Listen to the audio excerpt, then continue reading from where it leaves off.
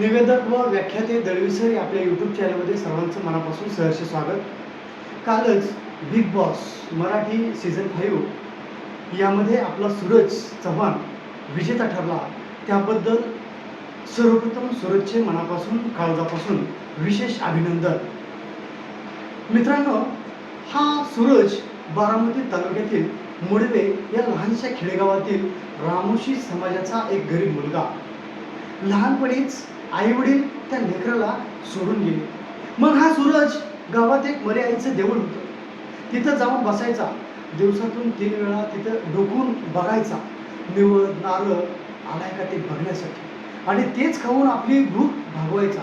मरी मातेच्या पाया पडायचा, आये तूच माझी आय, आये तूच माझी माय असं म्हणून त्या ठिकाणी तो निवद नारळ खात बसायचा। किती दयनीय अवस्था होती त्याची।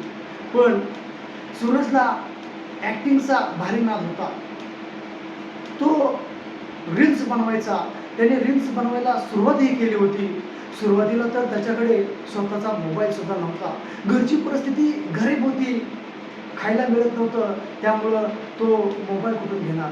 मग त्यानं मित्राच्या मोबाईलवरून रील्स बनवायला सुरुवात केली आणि तो सुरुवातीला नाचायचा, गाणं म्हणायचा, वेडेवाकडे चाळे करायचा।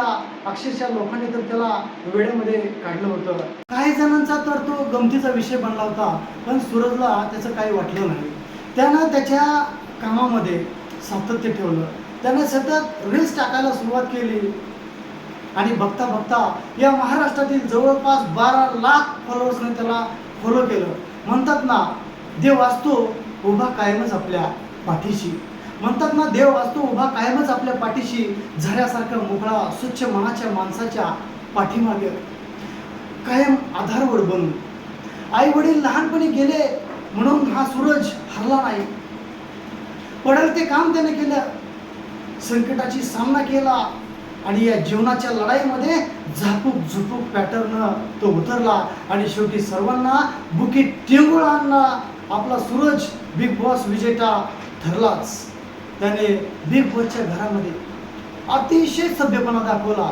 सगळ्यात हलकं समजलं जाणारं स्वच्छतेचं काम सुद्धा या सूरजनं केलं। घरातल्या स्त्रियांना कधी चुकून स्पर्श केला नाही, कधी कुणाला त्या ठिकाणी उलटं बोलला नाही। आपल्या शिवरायांचा हा वर्ध मावळा या ठिकाणी राखी बांधल्यानंतर बहिणीच्या पाया पडला आणि अख्ख्या आपल्या मराठी संस्कृतीचं दर्शन या बिग बॉसच्या घरामध्ये सूरजने दर्शवून दाखवलं। वेळेमध्ये फार मोठे सामर्थ्य असतं।